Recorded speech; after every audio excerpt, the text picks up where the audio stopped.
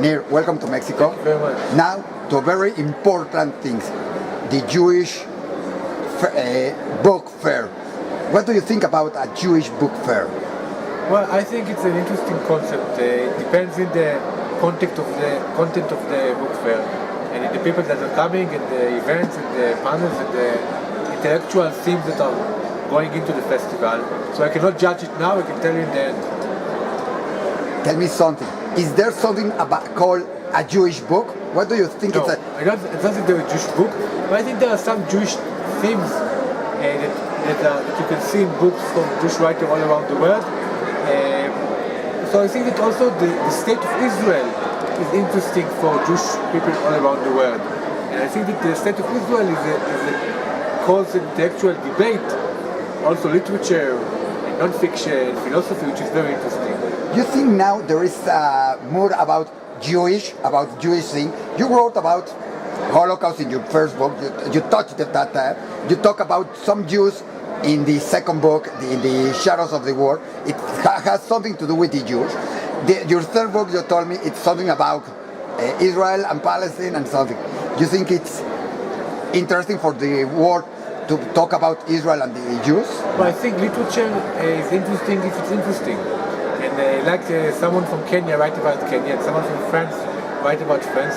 I didn't necessarily write about Israel, but I wrote about things that are interesting for me. And the Mundo is not an Israeli book and not a Jewish book.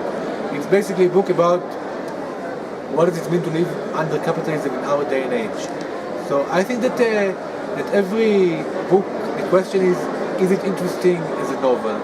The themes are not so important when you read the book. But you have some part of Jewish thing or style when you write about it. Yeah. You have your life. Do you put that on your books? I have the language and the Hebrew, which has a tradition, has a meaning, it has substance in my life. And all the layers of Hebrew, also the biblical layers of Hebrew, which are very important for me. And I have the Jewish history, the Jewish experience of myself and other generations. Regardless if I want it or not, will be always part of my literature. So this is part of my inheritance.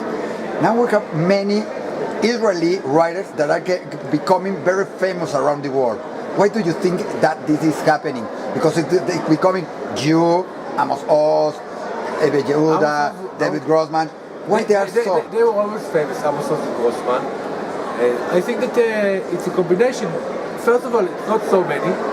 Secondly, I think that it's a combination of the interest people have towards Israel, but also the way that Israel literature can write about universal themes through the Israel story, or through stories that are connected to Israel. And I think that the Israel literature always took things very seriously. We don't have like celebrities literature in Israel. We don't have a lot of detective stories in Israel. So literature in Israel was always a very serious thing. And I think that there were some achievements in this field to Israeli writers. Sometimes you told me about peace in Israel, and you are an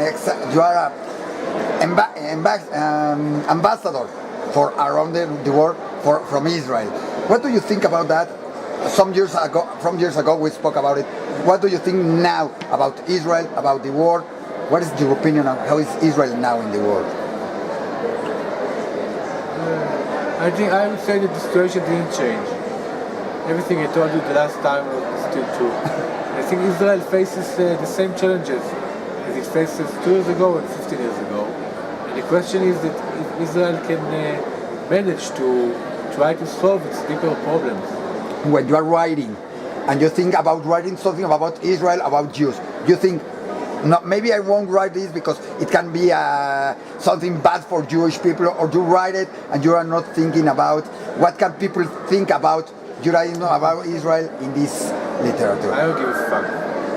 All right, I know. Thank you very much.